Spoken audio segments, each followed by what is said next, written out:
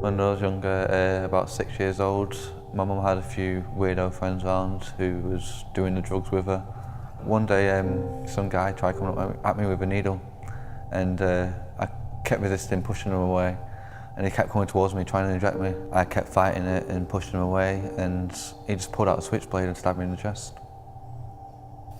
Well, my dad left me at the age of 4. My mum was smoking weed and stuff like that. My dad was aggressive to her as well, he used to beat her. But living with my mum, she actually never focused on me and my brother. She used to always focus on drugs and stuff, so we hardly ever had any food or clothes or anything, so I used to have to go shoplift at the shop and everything to get food with my brother and stuff, and I have to cook it for him as well. Being in care, it kind of enlisted me to move around a lot, at different foster families, so I went to quite a few schools.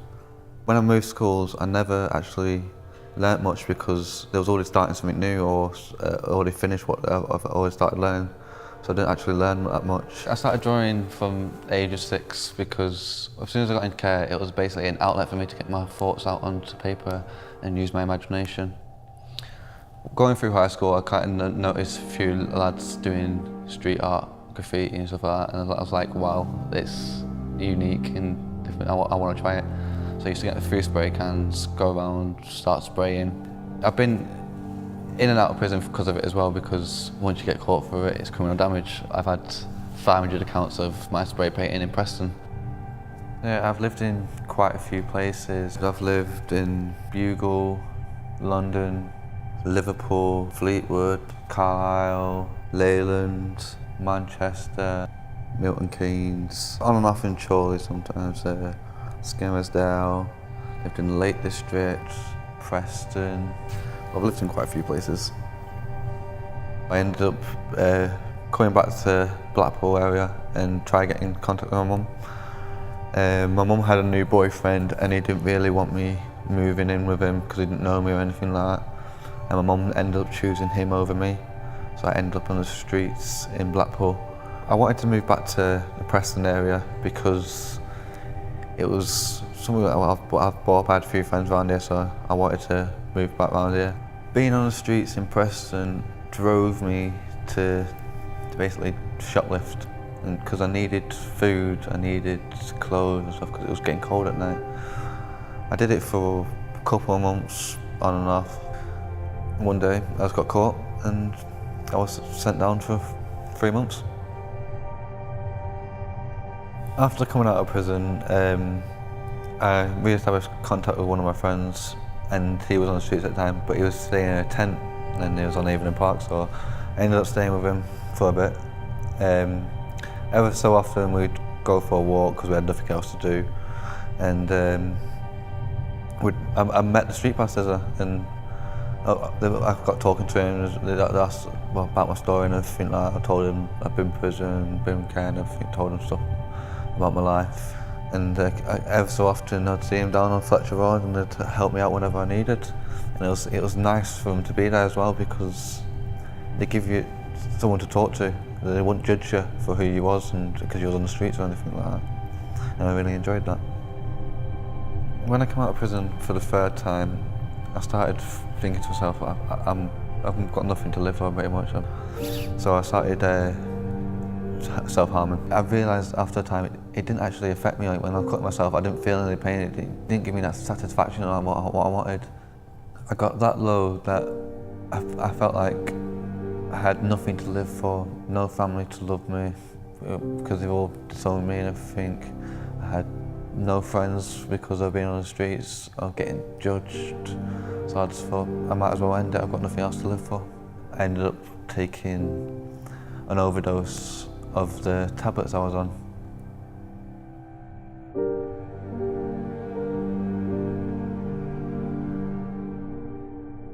After all the depression and stuff, I met a girl. I'm still with her now. It's talking nearly 2 years now.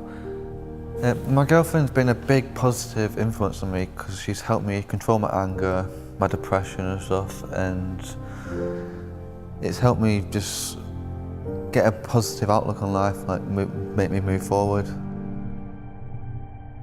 I walked past Gourmet and Grill on New Old Lane, and I handed my CV in, wondered, I was like, wasn't expecting anything of it, because in the past when I've handed CVs in, I've not got a job because of my past and criminal record.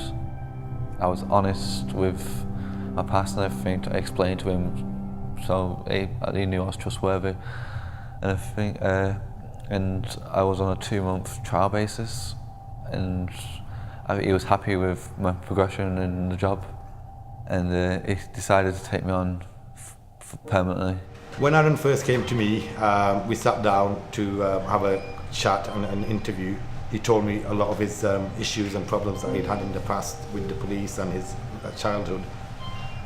Most people would have run away from him, but I could see some potential in him, some confidence in him that he wanted to succeed. So I decided I'd give him a second chance and try to work with him. Because he'd not been in work for a long time, he didn't have confidence, he did not have experience, and I threw him in the deep end by making him deal with customers, order taking, and also I allowed him to manage cash to give him more responsibility and accountability. He's really flown through all this in the last few months he's been with me. I really, I'm happy that I made that decision to recruit Aaron. Great guy, fantastic guy, really enjoy working with him, and he really is an asset to Gourmet and Grill business. He's really excelled, and I'm really happy I've achieved that with him. Aaron's story is like a number of stories that we hear as street pastors on a Saturday night. When we meet someone who's homeless, what we aim to do is to stop, to have a chat with them, to offer them a coffee and a sandwich, but most of all, to make sure that they know about the support and services that are available to them in Preston, and to know that we as street pastors care for them. Some of the other people that we meet on the streets are young people who found themselves in a vulnerable position. Maybe they've come out to enjoy a good night out with their friends, but maybe they've drunk too much, they've got lost, and they don't quite know how they're going to get home. And we're there to help them to try and find a solution and help them to get home safely or be reunited with their friends. We're there to care, to help, and to listen.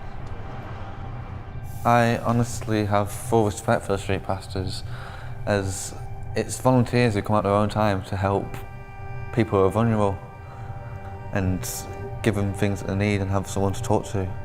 Like when I was on the streets, they helped me because they gave me someone to talk to. They supplied me with crisp biscuits, brews and stuff like that. They give me the confidence I needed as well, and they give me positives to think about and not to think about negatives. They even was telling me to stop stealing and everything and try and maintain yourself. I probably respect them for it.